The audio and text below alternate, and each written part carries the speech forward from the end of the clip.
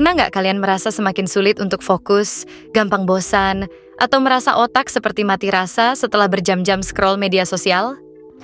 Bisa jadi itu gejala brain rot. Fenomena ini diam-diam menyerang generasi kita tanpa kita sadari. Jadi, bagaimana sebenarnya brain rot memengaruhi hidup kita, dan apa yang bisa kita lakukan untuk mencegahnya? Tonton video ini sampai selesai agar kamu tahu bagaimana dampak brain rot terhadap diri kita.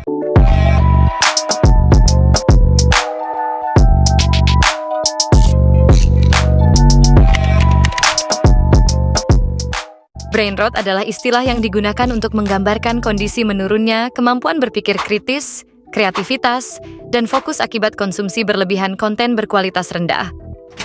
Konten semacam ini seringkali bersifat instan, dangkal, dan tidak memberikan manfaat nyata bagi perkembangan diri.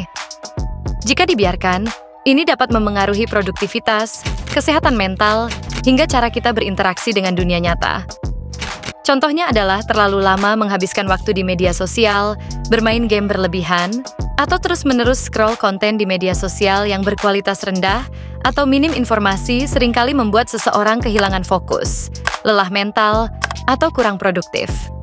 Singkatnya, brain rot adalah efek samping dari kebiasaan yang tidak terlalu bermanfaat untuk otak kita.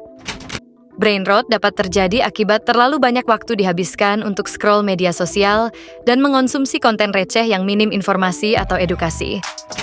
Hal ini terjadi karena otak terbiasa tidak bekerja dengan informasi yang berat atau menantang, sementara konten ringan yang hanya berfungsi sebagai hiburan tidak benar-benar melatih otak. Akibatnya, kita kehilangan kemampuan untuk fokus, berpikir kritis, dan menganalisis informasi secara mendalam. Selain itu, kebiasaan ini juga dapat menyebabkan kecanduan pada lonjakan dopamin instan yang didapat dari layar, sehingga menjadi sulit untuk menikmati aktivitas yang membutuhkan konsentrasi dalam waktu lama. Ini mencakup platform seperti TikTok, YouTube, dan media sosial lainnya, yang umumnya dipenuhi konten hiburan ringan seperti video lucu, tren tarian, atau tantangan viral yang tidak banyak berkontribusi pada pertumbuhan diri. Jika terlalu banyak waktu dihabiskan untuk melihat konten semacam ini tanpa membedakan mana informasi yang bermanfaat, otak dapat menjadi kurang produktif dan kesulitan untuk kembali fokus pada hal-hal yang lebih penting. Kebiasaan ini juga menyisakan lebih sedikit waktu untuk aktivitas bermakna seperti membaca, belajar, atau melakukan hobi kreatif yang menantang. Konten hiburan berkualitas rendah atau receh lebih sering dikonsumsi karena mudah diakses, menghibur, dan tidak memerlukan usaha atau pemikiran mendalam. Konten ini memberikan kepuasan instan dan lonjakan dopamin yang membuat orang merasa senang dengan cepat. Sebaliknya, konten berkualitas tinggi sering membutuhkan waktu, energi, dan konsentrasi untuk diapresiasi atau dipahami. Dalam dunia yang serba cepat, banyak orang cenderung memilih hiburan ringan sebagai pelarian atau cara relaksasi, meskipun hal ini tidak memberikan manfaat jangka panjang.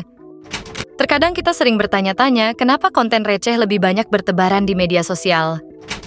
Banyak pengguna media sosial mencari pelarian dari tekanan atau stres. Konten receh menjadi pilihan karena sifatnya yang menghibur tanpa beban. Selain itu juga, konten receh biasanya sederhana, relatable, dan mudah dipahami oleh banyak orang.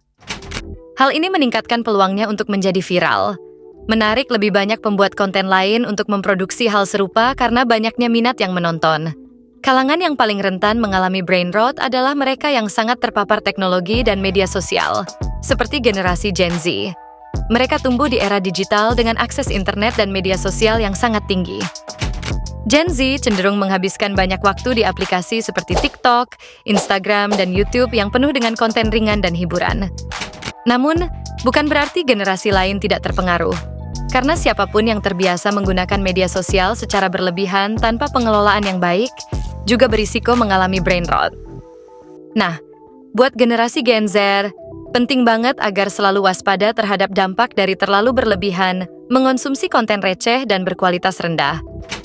Untuk mencegah dampak tersebut, cobalah untuk menumbuhkan kesadaran bahwa tidak semua informasi yang beredar di media sosial atau platform digital adalah bermanfaat. Ini bisa dilakukan dengan cara mengenali sumber informasi yang kredibel dan membedakan konten yang bernilai.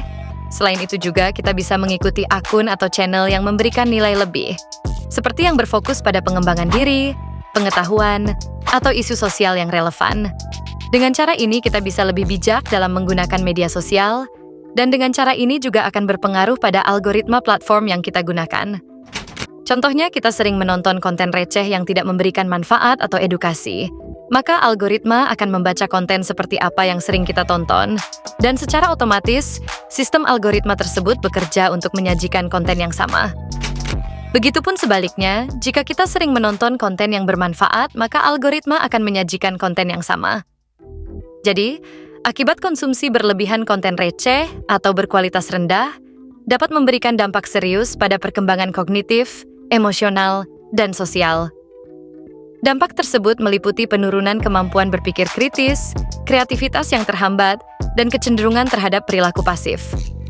Selain itu, kebiasaan ini dapat mengurangi produktivitas, memengaruhi kesehatan mental, serta memperkuat budaya instan yang mengabaikan proses pembelajaran dan pengembangan diri. Itulah penjelasan tentang brain rot. Jika kamu merasa video ini bermanfaat, dukung channel agar terus berkembang dengan cara klik tombol like dan subscribe. Terima kasih sudah menonton video ini sampai selesai. Sampai jumpa di informasi singkat selanjutnya.